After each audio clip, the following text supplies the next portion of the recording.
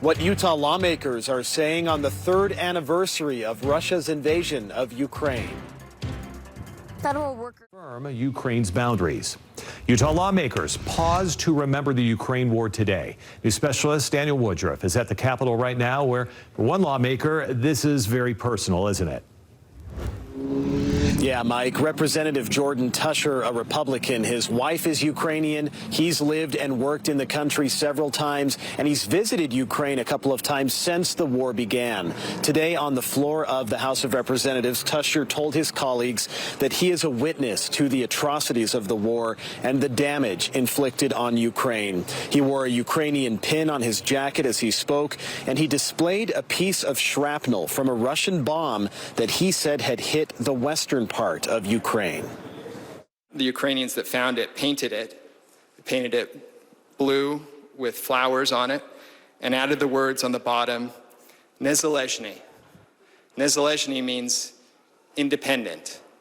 And this is really all that the Ukrainians are asking for, as they've been seeking for hundreds of years, to have their own space, to be independent. Also this weekend, supporters of Ukraine rallied outside the Utah State Capitol to show solidarity and mark 3 years since Russia's invasion. Now, this all comes as President Trump has heavily ratcheted up his criticism of Ukraine's president and the country's direction in the war. He called the president a dictator and said falsely that Ukraine started the war. Several Utah Republicans tried to distance themselves from Trump's comments, and the president did end up backtracking on that, acknowledging that it was Russia who started this war. At the Capitol, Daniel Woodruff, live at 5. Daniel, thank you. In Arizona, veterans' rights groups are... Still to come on KSL-5 News at 6, a man behind bars tonight after 2 totally unprovoked attacks against teenage girls on public transit. What he told officers after getting caught. Plus, new details about the man killed in a the year-old murder. This program is about trusting the parents to do what's best for their kids. And changes in the works for Utah's new school voucher program. Why some lawmakers are worried about taxpayer money getting misspent. Forecast in just a minute. All right, sounds good. Thanks, Kevin. Some changes are in the works for Utah's new school voucher program. Lawmakers say they need to make sure taxpayer money is spent appropriately. News specialist Daniel Woodruff is live at the Capitol to explain. Daniel? Well, Deanie and Mike, this is the first year of the program where families can get up to $8,000 and then spend that money on educational expenses outside of traditional public schools. But some guardrails around this program are about to go up, which the House of Representatives approved today.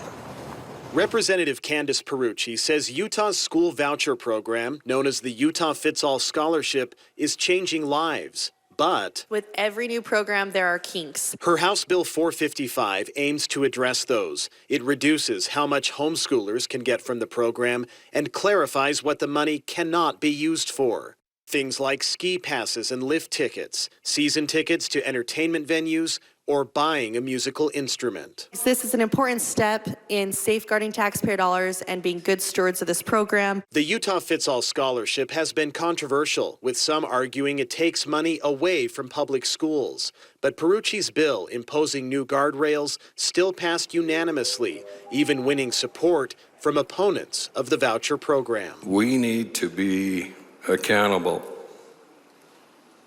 not only to the students, but to the taxpayers. But not all parents and students like the bill, since it caps how much can be spent on extracurricular activities. Still, leaders in the Senate, where the bill heads next, say it's necessary. This program is about trusting the parents to do what's best for their kids, but it's also, anytime you're dealing with taxpayer money, we've got to ensure that it's being used responsibly. Now, the bill would need to pass the Senate by the end of the session, which is a week from Friday. If it does that, it'll go to the governor's desk. Back to you. All right, Daniel, we'll see what happens. Thank you. Straight ahead in Idaho. That they'll get him home soon. Today marks 3 years since Russia launched an invasion of Ukraine. A member of the Utah House marking the occasion while urging support for Ukraine's fight for freedom. Republican Jordan Tusher, representing South Jordan, delivered remarks while displaying a piece of shrapnel from a Russian bomb. Federal workers have a few hours here left to respond. Utah lawmakers are adding guardrails to the new school voucher program. The Utah Fits All Scholarship gives families up to $8,000 for educational spending outside of public schools. The House bill aims to reduce how much homeschoolers can get from the program, and it also clarifies what the money can't be used for, like ski passes and season tickets to entertainment venues.